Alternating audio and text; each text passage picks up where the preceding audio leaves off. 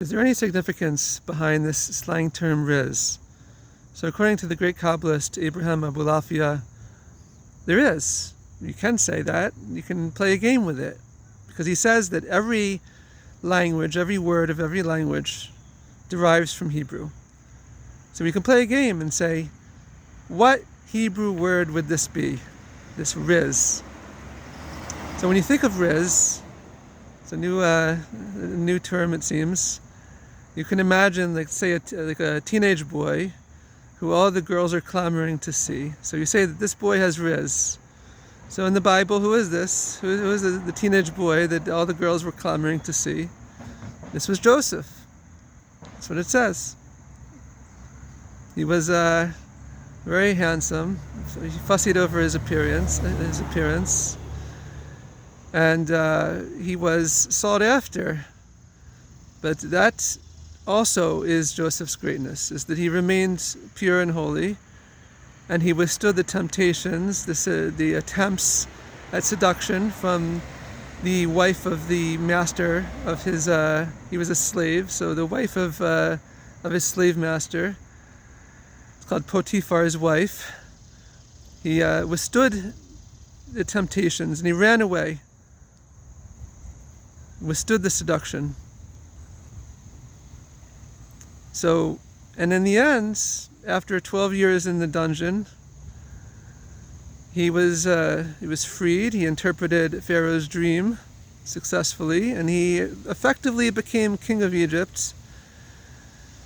Pharaoh, upon successfully interpreting the dreams, Pharaoh called Joseph by this name, Safnat Paneach, which means the revealer of the hidden, someone who's revealing that which is hidden.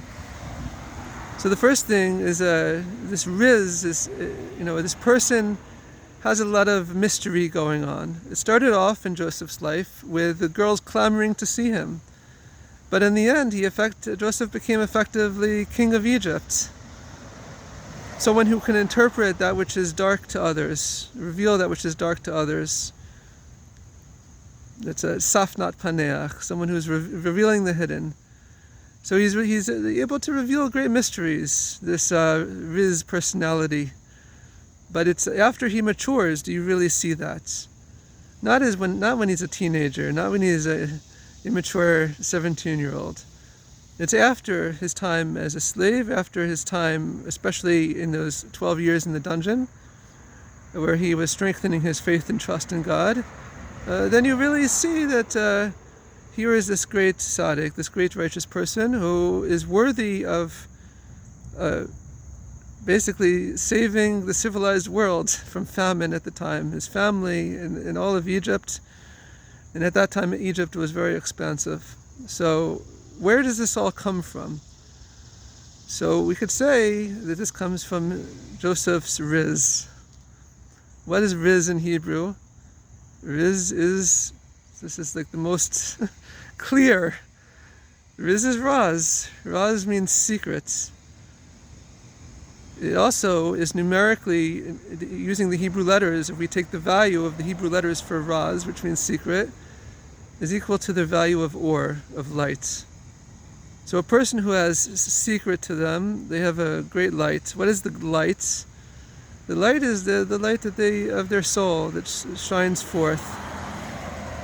Like it says that when Joseph interpreted Pharaoh's dream successfully, how did Pharaoh and his advisors know that the dream interpretation was correct? That it felt that this interpretation was light-filled, and that's why that Pharaoh named Joseph Safnat Paneach, someone who reveals the hidden, who shines light on a place where otherwise it's dark. Other people could not interpret the dream, and Joseph was able to. He was able to shine light on it. But that's through the light of Joseph's soul that shined forth. And so people see that. So they see this secret, they see this Raz. So when do you, in each one of us, when do you see that the most? When do you see the person's secret revealed? The light of their soul, when is it shining the strongest? That's on their birthday.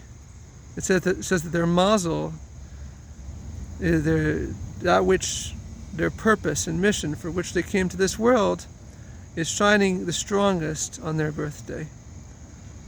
So that's the secret, the Rizz of the Rizz. The secret of this English word Rizz is that we all have this light inside, this light of our soul, to shine to others, to shed light. Maybe other person's in a state of darkness, they don't know how to get out of this state, and to shine light on their situation, to seek out people that are confused, they don't know where to turn, and to know that you were put on this earth in order to help them, to find your people. That's the lesson for today, to find your people. And a person who has a lot of Rizz should then delve deep into their Rizz, into their inner secret, which is the light of their soul. So if you have people clamoring to see you, to know maybe you have a chance to help them.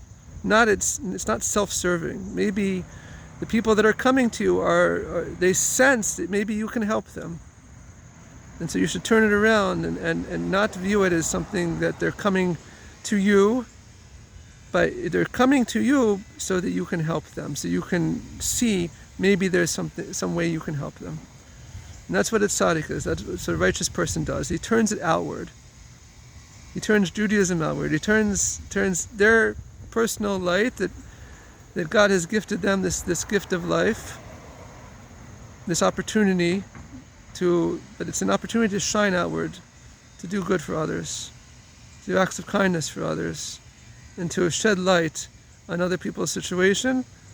Again, where are these people? Those are the people that are coming to you. They see something. They're clamoring. They see you. The point is not to have it be self-serving, which initially, when Joseph was 17 years old, he felt that, but then he matured.